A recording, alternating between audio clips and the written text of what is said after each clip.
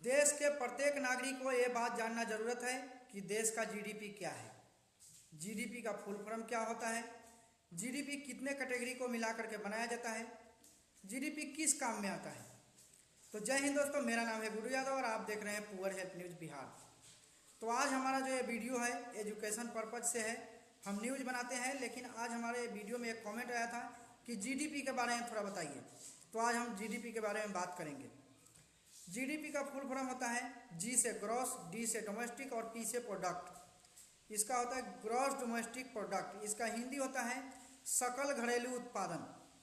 GDP किसी भी देश की अर्थव्यवस्था को मापने का मापदंड को जीडीपी कहा जाता है।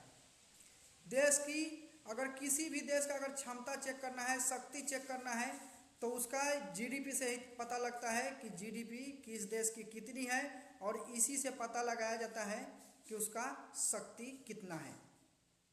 जीडीपी 4 कैटेगरी को मिलाकर के बनाया जाता है। सी से कंसेप्शन। कंसेप्शन यानी लोगों द्वारा वस्तु और सेवाओं को जो खरीदा जाता है, इसी में जोड़ा जाता है। सी से कंसेप्शन। आई से इन्वेस्टमेंट। कंपनी द्वारा खर्च किया गया राशि को भी इसी में जोड़ा जाता है। अगर कोई भी कंपनी पैसा खर्च करती है, जैसे हमारे देश में है एल&टी है, एसआर है, LIC है, ये सब पैसा जो कंपनी खर्च करती है दूसरा जगह पर, दूसरे देश में, और उससे जो पैसा कमाती है वही जनता को देती है, तो ये भी उसी में कन्वर्ट होता है। सी से कंसेप्शन हो गया, आई से इन्वेस्टमेंट हो गया, और जी से गवर्नमेंट। सरकार द्वारा खर्च किया गया राशि को भी इसी में जोड़ा जाता है। सरकार जो पैसा खर्च करती है पुल बनाने में, सड़क बनाने में, चुनाव प्रचार कराने में, ये सब चीज़ें भी जीडीपी में ही आती है। तो जी से गवर्नमेंट हो गया, और ई से एक्सपोर्ट और आई से इंपोर्ट। आयात और निर्यात। अगर हम किसी देश से, हम अपने देश में अगर सामान मंगवाते हैं, या हम अपने देश से दूसरे के देश में सामान सेल करते हैं, बेचते हैं, तो वो भी इसी कैटेगरी में आता है। तो 4 कैटेगरी में ला करके जीडीपी चेक किया जाता है।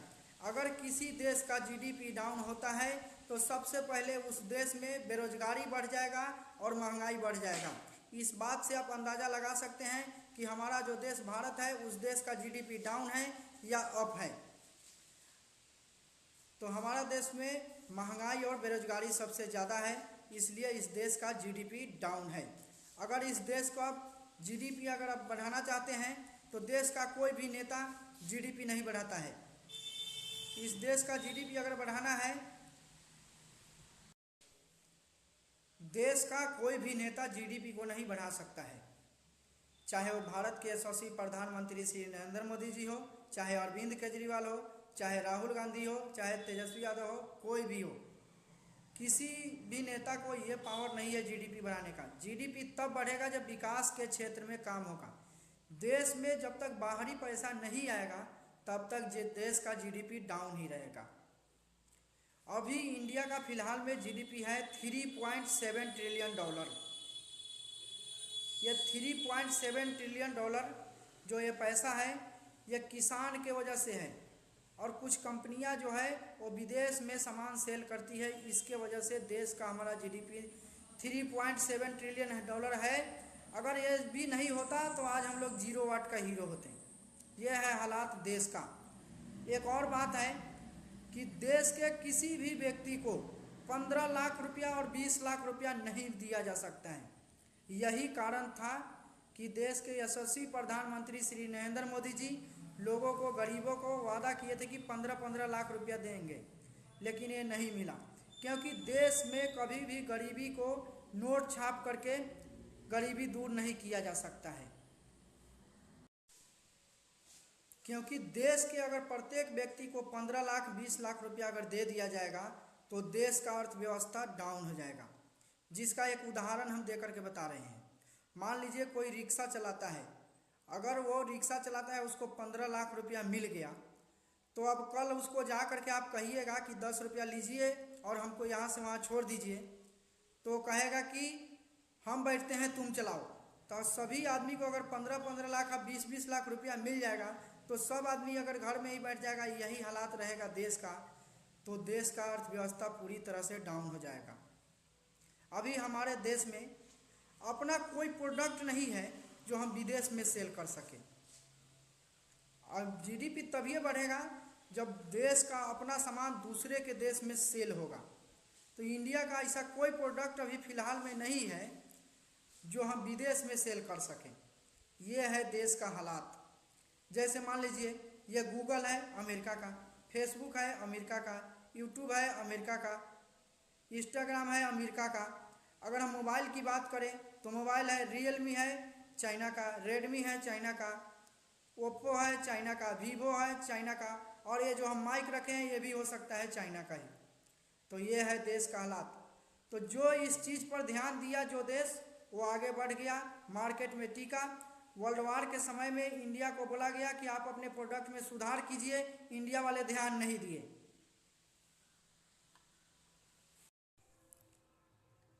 वर्ल्ड वार के समय में इंडिया को बोला गया कि आप अपने प्रोडक्ट में सुधार कीजिए ताकि आप मार्केट में टिकिएगा।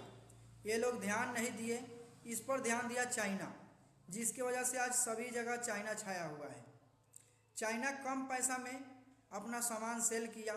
पहले वो सोचा कि बस इंडिया वाले को लत लगने दो, एक बार लत लग गया फिर हमारा सामान सेल होते रहेगा इंडिया में, जिसका वजह है कि आज चाइना छाया हुआ है इंडिया में। वर्ल्ड वार के समय में सब देश अपना अपना दूसरे के देश में सामान सेल कर रहा था। जिसका सामान टिकाऊ था वो मार्केट में रुका और जिसका सामान टिकाऊ नहीं था वो मार्केट से उखड़ गया। ये है हालात हमारा देश का। और 3.7 ट्रिलियन डॉलर जो है ये टाटा का देन है, जिसकी वजह से आज 3.7 ट्रिलियन डॉलर है अभी हमारा मार्केट में।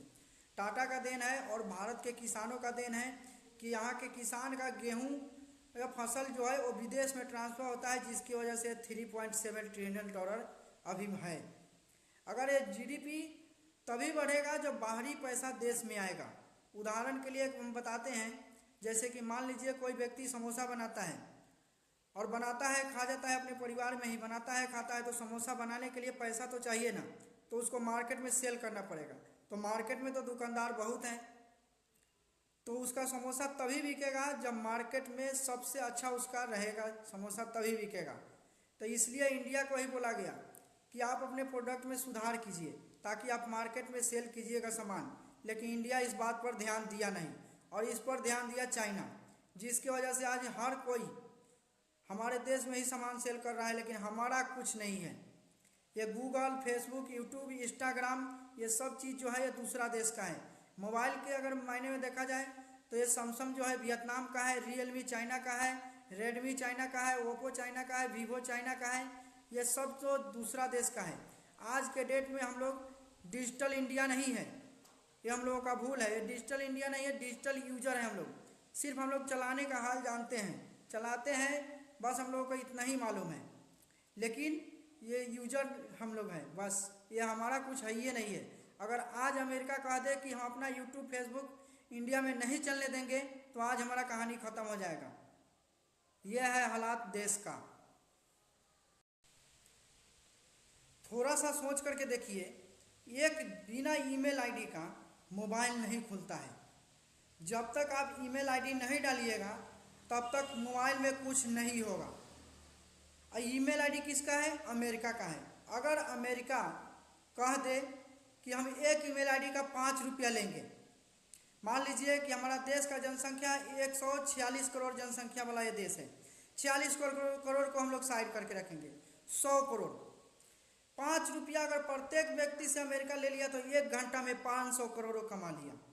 यह है देश का हालात और यह है देश का जीडीपी। हम लोग विकास के क्षेत्र में काम करेंगे, यहाँ पढ़ाई लिखाई होगा, साइंटिस्ट बनेगा युवा, तभी इस देश में कुछ अच्छा प्रोडक्ट बनेगा और वो प्रोडक्ट विदेश में सेल होगा, तब हमारा देश का जीडीपी डाउन जो है वो ऑफ होगा।